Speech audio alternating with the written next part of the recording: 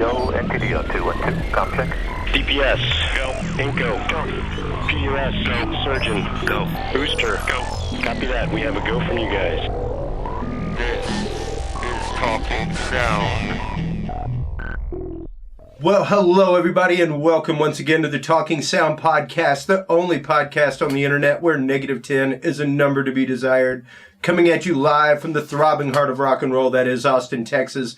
I am Chris Jordan, your host, and today on the Talking Sound Podcast, we actually welcome our really good friend, DJ Jason Knight. Hey, what's up, buddy? man? Hey, I'm glad to be here. In case y'all didn't know, I'm physically in Austin, Texas, okay? So the last time you saw me, I was in Chicago. Yeah, you were Skyping in last time. That was utterly fantastic. I love our Skype episodes, actually. We're getting ready to do a whole lot more. Right. We just got done doing some episodes on the road in Vegas, and we made some really good ends with the DJ there, who's like #1 in the electronica charts in Nevada. Nice. My buddy John Seymour just moved out there with his film company, Seymour Films, so it's nice. We've got a few more connections to be able to do some regular Skypes, catch up on people in different markets, see what all's happening. And you yourself, like, how have things been with the crazy winter up there in Chicago, man? Like, things went nuts. I tell you, Chris, the weather is cold. I don't care. Nobody say it's cold. And you know what's funny? I used to live in San Antonio. Yep. So you can imagine going from shorts to bundling up looking like a abominable snowman in Chicago, you know. So it's been interesting, you know. Yeah. But I'm glad I'm there, getting to see how the people are, and now, great. How long have you been in Chicago? Because I know whenever we met, and you had just moved to Chicago just before we did our episode, which was November, if I'm not mistaken, something like that. It was late November, something like that. Somewhere on there. And what has happened there is getting accustomed to the cold weather. Yep. The fall's beautiful fall season. If you've never been to Chicago, definitely check out the fall. Winter, not so much. But anyway. Well, you know, I lived in Maine for 5 years, so it is one of those, like, you know, we're really, really blessed with the winter that we have here in Austin. In Austin, yeah. Hey, when I got off the plane, that coat went... It's like, gone. Gone. Yeah, no, like, this is the weather that I pray for all year long. And people are like, oh, you're crazy. I'm like, open my windows. Right. It's 50 degrees out. This is great. Right. And people here are, like, bundled up like crazy, man. It's like, what's even wrong with you people? You know, it was funny, when I was in Miami, they were running around like it was like below zero. Oh, I need a coat. Oh, yeah. Yeah, and that was doing that freak weather change that happened a few weeks ago. Yep. So, yeah, just to see that and then look at them and go, this is cold? Yeah, this is your version of cold. Exactly. Like, no. It's actively negative where I live. Come on, guys. It's negative, all right?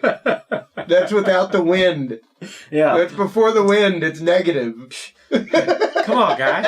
I will pray for the weather you got right now. Come on. Exactly. You know, and it's interesting because anywhere you move, that kind of stuff happens. But it is different whenever you move to that kind of environment because you're there for a good many months. Oh, yeah. There's many months of it. It's not like winter is here where it's like, look, it's like a month and a half and it's cold. Okay, bye. No. You know, maybe it might sleet.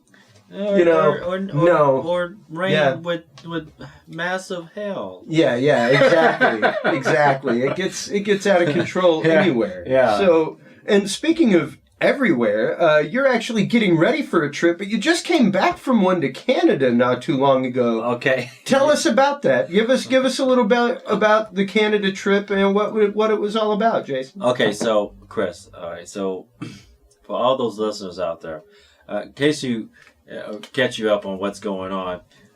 So I do DJ gospel music. And so with the seeking with all my heart, pretty much like taking the Bible and using like an Indiana Jones concept, and following the Spirit. One day I was parking the car and the Spirit pretty much, you know, if you believe in that stuff, I'm just letting you know. So the Spirit's pretty much said, hey, you know, go. So I started looking at my phone, and I looked at Canada. Canada, and I went and talked to my mom. My mom, she told me some off-the-wall stuff too, and so I looked at Toronto and ended up going to this church up there. Recorded the whole event. I'm up to 17,000 views since December 23rd. Great. And what is the YouTube channel again, just for everybody who's watching right now? So if you want to see that adventure or that journey, it's on Walking in Obedience. You'll see me wearing this, looking like Moses with my hands out, you know. Let's my people go, you know. That's it. Right, but it's called Walking in Obedience. You'll see me. It's actually my last video I've posted since December. Prior to that, I was posting a lot of mixes. Yep. But what's getting ready to happen now is I'm getting ready to head to Turkey, and I'm doing what's called the seven church tour. Yep. If you don't know anything about Scripture, in the Book of Revelations, talk about 7 churches of Asia, and I was doing the dreams of John, and so pretty much I'm doing the walk of John and the walk of St. Paul, which is Apostle Paul, and then I'm going to Mary's house, St. Mary's house, and seeing what's there for me. I'm going to record the whole thing. Yeah. And, it's interesting to go on journeys like that. To me, it's something, it really kind of brings you back to roots whenever you do it. Even the trip that I just made just for work, to go around to go to 3 cities in 3 weeks and just work with different crews and see the different ways that things are done and meet the different people on the cruise is an experience in and of itself. It's great. And it really kind of helps you grow as a person and as an artist as well. Right. So when do you leave for the 7 Churches tour? Well, the 7 Churches tour that I'm leaving for is on March 23rd. Okay. Which is coming real quick. Mm-hmm. And what I'm doing is I'm calling it Walking Out in Faith, and pretty much the whole concept, let go. You know what I'm saying? Yeah. Let go and let God, and that's the concept I'm going with right now. And a lot of folks I've been interacting with that don't know me, who I've been praying for, who every time I pray for them, they just get like, anyway. Yeah. But going there, what I'm hoping and praying that whatever the turnout or whatever God or the Holy Spirit will present after it will be great. So yeah, well, and like I said, it really does become a point of catharsis. I myself, I don't do it as much as I should, but my brother has a retreat company, Cleopas and Company, for Catholic-based youth retreats. Mm-hmm. They do trainings, all kinds of stuff, but they do some large youth retreats as well. And it's really amazing sometimes to go on retreat and, number one, get the experience again, really kind of get into a spiritual zone and really kind of open yourself purposefully, which we fail to do a lot in this world. I think even as technicians, we fail to do it a lot. Mm-hmm. And I think getting back to the roots is good. Well, yeah. One of the things I remember distinctly from my seminary experience is lessons in humility. Right. Not in necessarily being humble, but living a humble life. Right. To be humbled. Right. To be in the presence of somebody that humbles you. Right. Whether it be with their experience, their verve, their fire, what have you. To be in the presence of someone that's on fire, your embers will be relit. Right. And it's interesting to me. Like I said, even the episodes that I shot in Vegas with the people I shot them with were really like invigorating to me. I do a lot of episodes here, one a week on average, something like that, trying to get into a habit of more of those.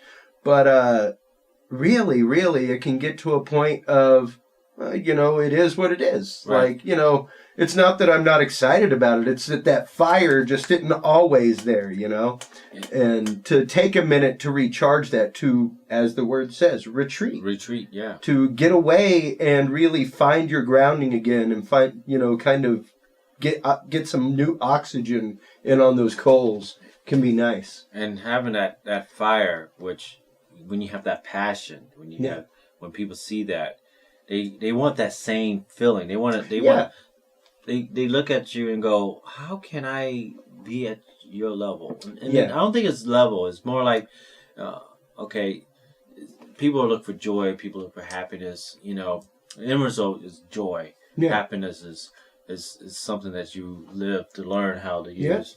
But with that joy, once you seek it and you find it, you don't want to let go. That's it. That's it. And here recently, my wife humbled me a lot over the Christmas holidays, just before Christmas. You know how it is. Things get tight in our industry. Christmas time, summertime. Of course. There's always a crunch for business because, execs aren't out doing business. They're on holiday with their kids. So they aren't out doing a week and a half long corporate meeting in Detroit right now. They are hunkered down so they can buy their kid the G.I. Joe with the Kung Fu grip.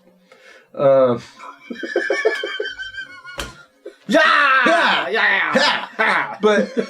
sincerely, it was interesting to me because here about 1.5 years, 2 years ago, my wife became self-employed herself and now just works for her theater full time. Mm-hmm. She no longer has an office job during the day. All she does is handle theater stuff. That's good. All she does is work on her career, acting, writing, directing, producing, stuff like that. And she's all over the charts. She's awesome, incredible. But just before Christmas, and it was kind of because we needed some extra cash, but at the same time, for her, it was perspective. Mm-hmm. She was like, I think I'm going to call the temp agency and work for a couple weeks. Right. Just go out from like 7 to 3, 9 to 5, something like that. I can do it during the day and still manage everything, but she's like, I really think I need some perspective on, what I have. Because it really kind of blows my mind sometimes to sit back and think that I am actively doing what I've dreamed of. Right. Like it may not be to the superstar level, but I'm actively doing it. You enjoy it. Your work don't feel like work. It feels like No, it's a big deep breath. It's a joy. Like even the 3 weeks I was working, I just got an email today that was nothing but kudos and congratulations on a great gig. Like, clients that normally don't compliment people were complimenting me. And, just like, what a great attitude. And I'm like, I'm sorry. How could I ever have a bad attitude? Right. It makes you feel good, makes you feel wonderful, it makes you want that more. Well, yeah. And I mean, literally, I see my life, because I've had some horrifying jobs in my life, and I've had some straight jobs, and I've had one job that I could always have, cooking. Mm-hmm. I could always go to any city and get a job as a cook and run sound at night and do whatever at night. I had no problem with that. But the day it became my career, I had a totally different mindset. And the day it became my career, it was to do anything else is a waste of my time and talent. For me to even sit around and not be sharpening my skills, be it mixing, recording a podcast, taking care of something technical just to keep my skills sharp, is the same as a chef just not sharpening his knife in the morning. And you got to keep it sharp. You got to keep it sharp. And there eventually becomes that breaking point where all that quote-unquote extra time that you're spending on a job is what you should be doing to actually further yourself in your career. And I think that's what people, as you're progressing in that direction you're going to, either that is engineering or recording or spirituality, you're finding that fine tune about yourself that brings that joy. Yeah. And not saying a lot of folks got away from joy or being humble. Sometimes you have to bring yourself back and go, okay, where have I been? Yeah. Okay, here I am now, and this is where I'm going. And that's not using, you don't have to use, God or anything like that. You can use it as a your goal. This is my goal. Here I'm going, and this is where I'm going to go. And that in itself, to teach that to someone who may never had that kind of experience, and then to see you actually go through it, and then says, okay, you can do it too. This is possible. It is. Well, it's possible because it's formulaic. Right. Like, and it's much like, I mean, just before we came in here, you saw one of the best bands I've met in Austin literally packing up their stuff. Right. And granted, 3 of the guys are moving on to different projects. 1 guy's leaving, so thereby the band dissolves. Right. But the artists keep making art. Of course. The music keeps getting made one way or the other. It just happens to be that incarnation. Got it. And, for people like us who do what we do, both in a spiritual and, like, to me, I don't know, like, I really find no separation between my spirituality and what I do. And I'm not talking religion here. I'm not talking about being Roman Catholic or a former seminarian, anything like that. I'm talking about my deep connection to the universe. Right.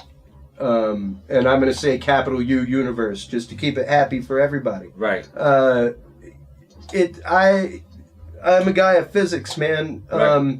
You're never going to get energy out of nothing. It requires a prime motion, and we are the ones that put it forth. And that comes back to, I started doing what's called, if you don't know what string theory is, I started doing string theory. I've done a lot of research, i.e., most people look up the, oh my God, my mind just went blank. Okay, sorry. When you look at string theory, okay, you're looking at the flower of life, the fruit of life, and looking where it came from, and then we're going to go from the beginning and look at the directions it went, and how it intertwines with each step that we go to. So let's say between myself and Chris, we're passionate about everything we're doing, but then from Chris to whoever is out there, you don't see that passion because you're not in the same room. You don't feel the same vibration. You don't get that same concept. So when we say we're going to go back, you got to go back to almost the original source, where the source stops. And that's what I'm doing with Turkey. You say, okay, how's that string theory? How does it work? Well, one guy, I'm not going to use names, but you got to read, so that's why I'm just using it. I'm going to say this one guy, what happened, he was just pretty much taking out folks. And then he had an encounter twice. In that encounter, not only did he go to the Rome, we are where we are today because of this man. Well, if the encounter happened in Turkey, which is in Izmir, Hatta, Antioch, the word Christian is only mentioned 3 times in Scripture. Just to let you know, in case you didn't know. That's true. But most people don't know that they confuse Christian with religion, which it's not. The word Christ means anointed one. So I'm a follower of the anointed one. So we're following a higher being. So it doesn't mean you're Buddhist, don't mean if you're Catholic, don't mean you're Baptist. You're following the anointed one, which is a higher being. So what I did was I drew a circle. So ready, go get a piece of paper, draw a circle, right? And then when you draw the circle, draw a little circle inside of it. Now take a line, go from the line from the circle, right? Now take a squiggly line, and you're going to go where the lines you connect, right? Now, I want you to write the word I am in a little circle, right? And then on the outside of the circle, write everything. So anything past that word that's everything is the universe. Right? Anything within that big circle is earth. The small circle where it says I am is the core. So what happening is breaking down those walls. The division. The concept of I am this, so I cannot be that. But no. We're one. Well, you participate in that. By being part of the universe, you by default participate in that. And that's the string third piece. Yeah. Yeah. Yeah. We're all connected. It gets pretty deep, if you start looking into a lot of philosophy, things like that. Right. I choose to actually incorporate all of that. And incorporate all of the teachings that I've found over the years. And I was a big student of world religion. Right. Studied a lot of Kabbalah, a lot of things. Right. A lot of everything. And I try to use that in my music all the time. One of the pieces I actually did years ago, and I would like you to listen to it since you're getting ready to leave on this trip. It was actually a musical interpretation of the Book of Revelation. Awesome. So it's interesting. It was actually done, timed out to the New American Bible Book of Revelations on tape. Oh, wow. So it's actually like a soundtrack. As long as it would take you to listen to that out loud, that's how long this album is. It's awesome. If you go through and read the Book of Revelations and start at the beginning, it's like a soundtrack to what you're reading. Right. It's pretty wild. And it's got some backmasking in Latin, all kinds of stuff going on in there. It's interesting. So I would like for you to listen to that and give me your opinion. I would definitely give you some feedback. Some feedback as to how it impacted your trip. Yeah, I'm definitely excited about that. And when we take the book of Revelations, right? Mm-hmm. Okay, so most people, when they take the Book of Revelation, they tell you like, "Oh my goodness, the world's come to the end, and we're going to die." Yeah. No. It's a brand new start. Yeah. That's it. You can take the dramatic part of it, erase that. Now look for all the love in it. Yeah. And there's quite a bit there. But most people get obfuscated by the hellfire and damnation that's going on, and the battle of judgment. That's where a lot of people. I think a lot of people get lost. Well, yeah, and most people don't even realize the fact that was not written by John the Apostle. It was written by an apostle of John. Right. John of Patmos. Hey, someone a couple generations down the line. Yeah. And that's where. So if you don't know scripture, that's fine. It's good to know Revelations. It's good to know Paul. It's a great book. It's if you want the greatest story, there's a lot of great stories in there. If you want to be dramatically scared, that's definitely one of the I definitely say kick it just straight onto the back. But we already know the ending. If you hit the appendix, you went too far. Yeah, you went too far. But one of the things that since I've last talked to Chris, and I promise you, last time I talked to him, I was going like this: "Hey everybody, how you doing?" I've been seeking. So even in the Old Testament, it talks about seeking. But anyway, I've been seeking, and one of the things that we can take from is most people. I'll give you an example. I'm not going to use the person's name. But some people I've encountered have thought about doing things in their life that could have pretty much ended them. But I explained to them that all that you have skeletons in your closet that you think that you can't get rid of. But I'm telling you today, it can be forgiven. You can move forward and have another new start. You can have a relationship. The thing is, most don't believe in the unseen. I love the unseen. I want to know more about it. I'm passionate about it. Yeah. The reason why I haven't done a new mix lately is because I want you to absorb what I did in Canada. I want you to understand that trip, that walking in obedience, that trip, the spiritual guidance that led me there and back. And now the spiritual guidance that's going to lead me to Turkey and back. Yes. Well, that is the guidance that makes the music. Yes. Like that's what I guess that's really what this whole episode is about, is learning to understand and respect your gut. Yeah. When it's leading you, because most people would be like, what the hell are you doing this for? Why are you going on some 2-3 week long mission trip? Why would you do to follow the footsteps of John of Patmos and the apostles? And number one, it spiritually means something to you. But number two, you as an artist, that is where you draw your inspiration from. Thank you. And that is where you draw your strength and fortitude from. So, and that is what you were making your music about.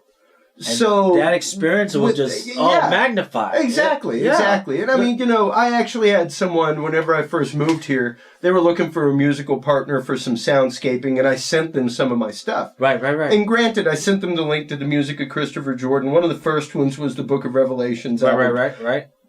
Along with that were about 30 other hours of music. Right. And maybe 4 of those were biblically related. One of them was about like the fall of the angels. Right. One of them is about the book of Genesis, and then there's another one called, I guess, a couple more. One called Passion, which is all about the Passion cycle. Passion. Yep. And one called Emmanuel, which is all about the Christmas cycle. Right. So, out of my 35 something hours of music, there's maybe about 5 that are conglomerated around a spiritual theme. And this guy was like, I don't know if I want to work with a religious artist. And I'm like, I wouldn't really necessarily peg myself as a religious artist. And that's but I can see where you're coming from. Yeah. And if think of any love song you've ever heard, it's from the heart.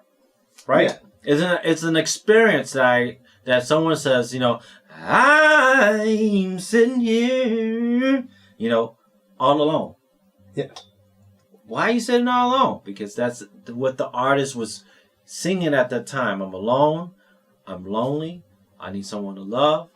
That person left me, and I don't know how to break this depression. Well, it's the fact of pure art is genuine. Right. It's expression. It has no pretensions. It holds no punches. It just is, and the source of it is normally fairly direct, at least for the artist. Right. Whether like they can normally tell you what was motivating them, what was driving them to make a piece of music, and especially with what you do, it is motivated by your spirituality, and that to me is a side point.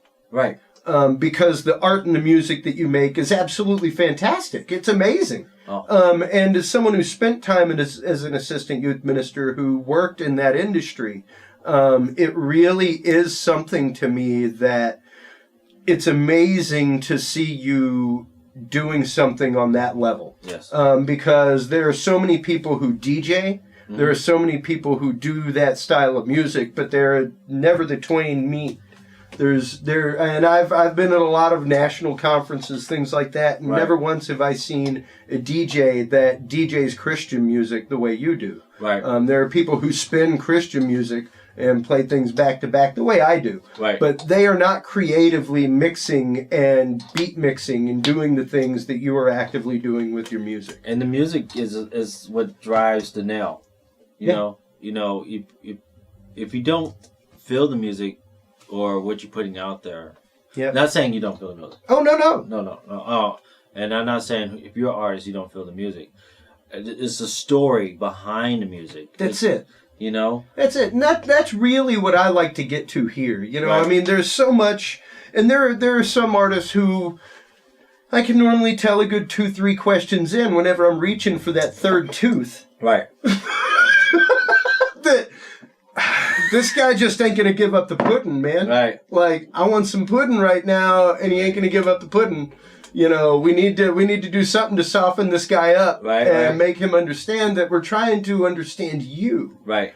And trying to make people understand that it's okay to be you. It's okay. You're gonna be different than another artist. Yes. What worked for me as an artist may not necessarily work for you. When people come into the studio and see my process, even my buddy Alan Cunningham from Houston, who basically taught me to run live sound, he will admit to this day that I'm one of the scariest artists to ever be in the studio with, because I got nothing truly planned out. I got something like what you got right here. Right. That's my map to my music. Right. And I'm not going to be like, hey, here you go, buddy. Keep up. Right. As the engineer in the studio. Like, he knows that I just need my space. Yes. And he's going to have to do some cleanup work. Right. But Chris isn't going to stop halfway through a 10-minute take. Right. He's going to keep taking it. Right. He's going to go through to the end of that track, and then you'll get, okay, let's try that one more time. And that's and that's it's not artistry, it's not a normal artistic process. Right. Most people, especially in the digital realm today, would be like, all right, let's punch that in. Right. And I don't do punch recording. Like, I want pure takes. I want real takes. Let me get that. Well, the first take was good. The second take, not so much. Yeah. Third, all right, on a nail. Can do it again. And for him, that's because I'm a commit to the mix guy. Right. When I come in and I have 3 reverbs on my synth track, and he's like, "Oh, well, let's record it like this," and I'm like, "Nah, I really want it like this, though." I think to him that's scary because you can't go back.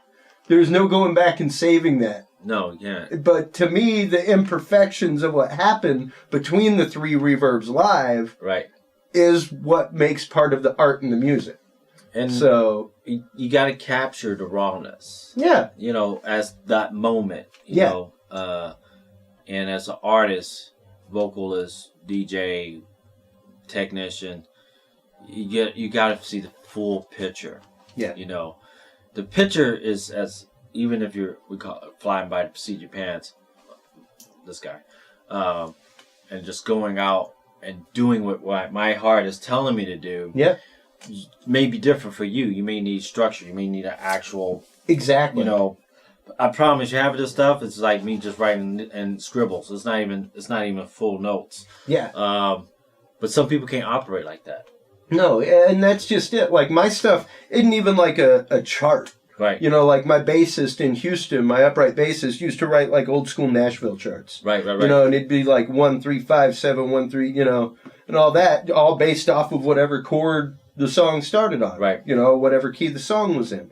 Myself, I don't really know a whole lot of music theory like that. So he'd be like, "Oh, that song's in B, right?" I'm like, "I don't know. I play this chord." It's in best class. You tell me what it's in. Right. Because you're the one who took all the music theory classes. Right. I taught myself to play some guitar years ago. So I know chords, and it was actually a music. It was an arrangement and composition teacher, Miss Applegate, who taught me to compose music the way I compose it now, which is much more like this. Right. It's like a flow chart. Right. And it's like this sound for this duration. Mm-hmm. And it's like building a bar graph. Kind of like what your music ends up looking like on a digital screen in a nonlinear editing system. And playing by ear is actually a talent. Yeah. No, it's a skill. Yeah, I mean, it's a skill. That's what jam bands. My jam band people out there. Hey, jam bands. That's me, buddy. Yeah.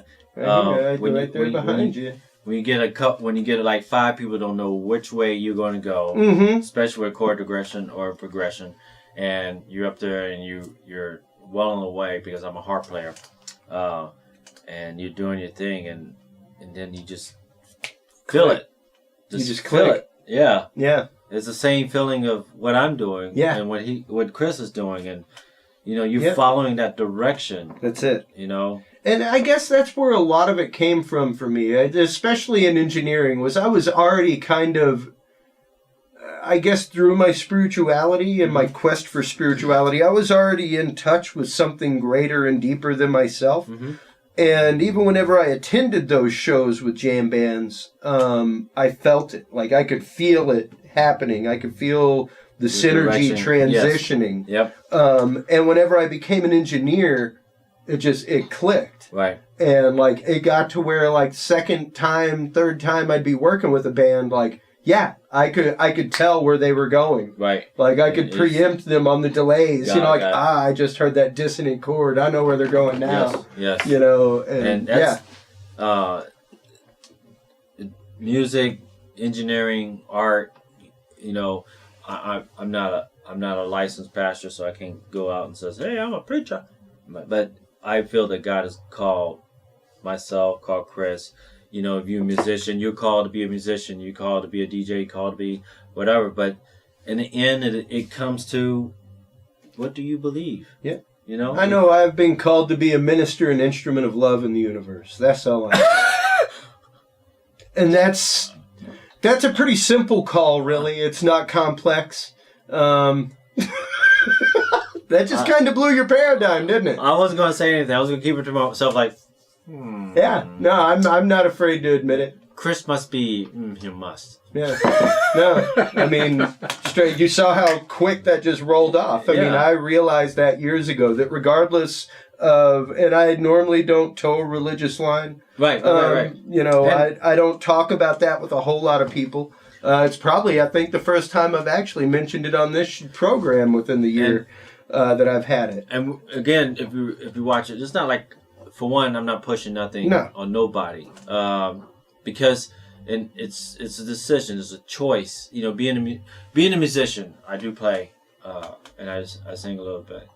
I've been different places. Chris has heard my stuff, of course. If you want to hear what they've heard your stuff. We came in on your stuff. We've had a little bit playing underneath this today. Yes. And I promise you, I've never thought I'll be where I am today. You know, and just a little background for myself: combat vet, been to Iraq, been in the Army for 20 years, and I've seen. For most people, may have seen just as much dramatic stuff within the States and don't have to go overseas to see the things I've experienced. But that story still comes back to walking out. You know, as a musician, you walking out and you pray that when you deliver, whatever you're going to deliver to that crowd, to like us, we're going to deliver what we're going to deliver to you today. Whatever you take, you're going to go, yeah, that dude was a crocker-ish, or, man, I want to see what this guy's about. Chris brought them on here. What is it about Jason that Chris finds innovating about him? And that I'm a normal guy. I promise you. Very much so. I'm normal. I was raised on a farm. Man, I've been everywhere, and it's not about traveling. It's about experiencing and being humble, treating people like people.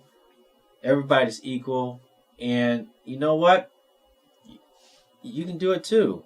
That's it. You know? Well, and that's just it. The people ask me all the time why I started this podcast. There are some technical episodes, and really, I started this podcast because I miss teaching. Right. I miss sharing this information. All this information was given to me at some point, and I want to give it back. And I have the connections with people who are great engineers who have their hands on the latest technology, where we can give that information back to people, where we can do instructional episodes.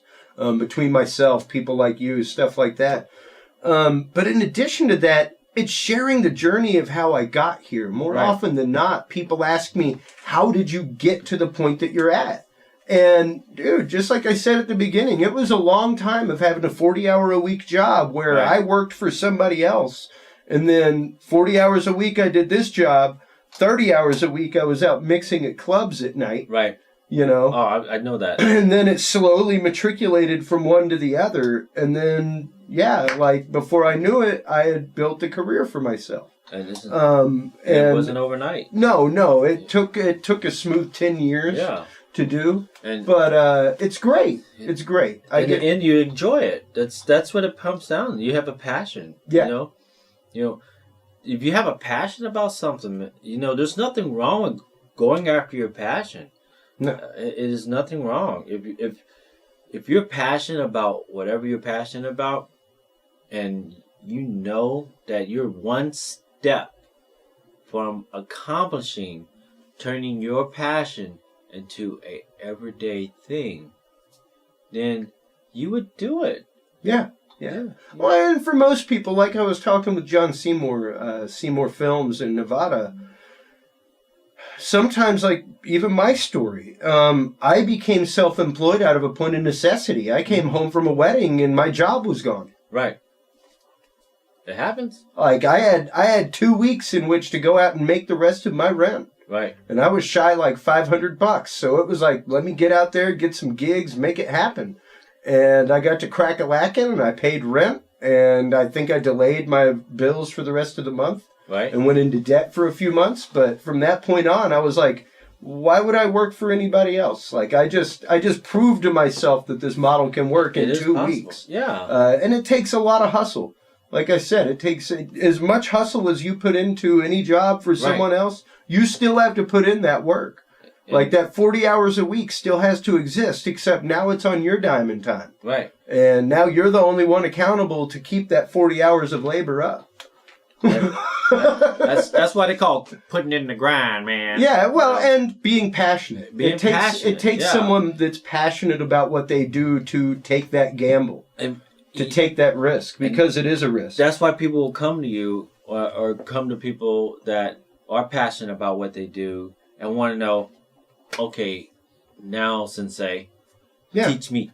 You know? Yeah, well, and that, I guess that's the point I'm at in life, is I'm willing to take on the point of, teaching people and taking on a couple of students to teach audio engineering to teach podcasting to, that kind of stuff. And it's invaluable information, and it's something that when somebody gets to follow it, you can see, as a former teacher, you can see those light bulb moments. You can see oh my God. Yeah. And it's like, yep. That's right, buddy. You can do it. You can do it. It exists. It really does. And I'm not, in case I'm not the biggest and greatest audio guy, but I do lighting, but but you can't have lighting without audio, and audio can't have audio without lighting. So one hand helps the other. That's it. Well, it all comes together as a production. Yeah.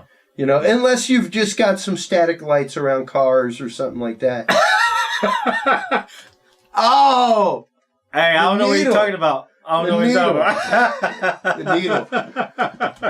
Then it's a centerpiece in and of itself. Yes. You are actively lighting the art of the show. Yes. And at that point, the light in and of itself is the art. It is the show. Yes. And there are audio installations like that as well. Yeah. So it is interesting. I love talking production with everybody in this industry. And lighting guys really have a very hard job when it's done properly. When lighting is ordered properly, there's some skill and some talent there. Yeah. I did rock and roll for years and years, man, and the stuff that those guys do it's phenomenal, man. It's phenomenal. The things that they make happen with just some lumens. It's wild. Some park hands. Yeah. But yeah, I'm very grateful, Chris, for letting me come on the show. Absolutely. And I can't wait to give you the trip. Me going, it'll be myself and my daughter going to Turkey. And I can't wait for you to go on the trip. Number one, I want reports. Maybe if you have time and a decent enough internet connection, we can do an episode live from Turkey. Yeah. Something like that. Hop up on some Skype. Yeah, do an episode. And I don't know what the internet connection will be like, but we can find out. We'll find out. We can find out. Yeah, it'd be great. I wouldn't mind. And I think this whole session is pretty much just walk out there and let it happen. Yeah. Don't be afraid. Don't walk in fear. Yeah, that's it. I couldn't wrap this episode with better words. Don't walk in fear, because that's what it is. It is fear. Yeah. And you can't be afraid of it. You got to be willing to tackle that and handle up on it. So it's perfectly well said. Thank you. And while he's out taking his journeys, everybody, please stop on by. Check out youtube.com/walking in obedience is the channel. That is where you can get all of Jason Knight's music. That's where you can see his video of his trip to Canada, where you can see the upcoming uploads of his fantastic upcoming trip to Turkey and points beyond. So, and all of the Walking in Obedience mixes, which are all like an hour plus long. They're all like epically long. Like I said, my brother's entire retreat team was like, where can we get this? And I'm like, go to his YouTube channel. Right. It's all right there. Right. And yeah, it's absolutely amazing. So keep that up, man. Please keep us posted on everything that's going on. And while you're online checking that out, everybody, feel free to stop on by talkingsoundshow.com. Our website. There you can find all of the interviews. You can find all of the technical episodes, as well as the latest industry news from Rupert Neve, Ableton Live, Mogami Devices, also Blackmagic Studios, all kinds of industry news there, as well as our Patreon page. If you believe in what we're doing, please support what we're doing. Stop on by Patreon. You can donate anything from 1 penny to 100,000 pennies if you want. That'd be great. 100,000 pennies. 100,000 pennies. That's the goal. Until next time, everybody, this is DJ Jason Knight. I am Chris Jordan, your host, and take care. Keep reaching for 11. We'll see you soon. Bye-bye.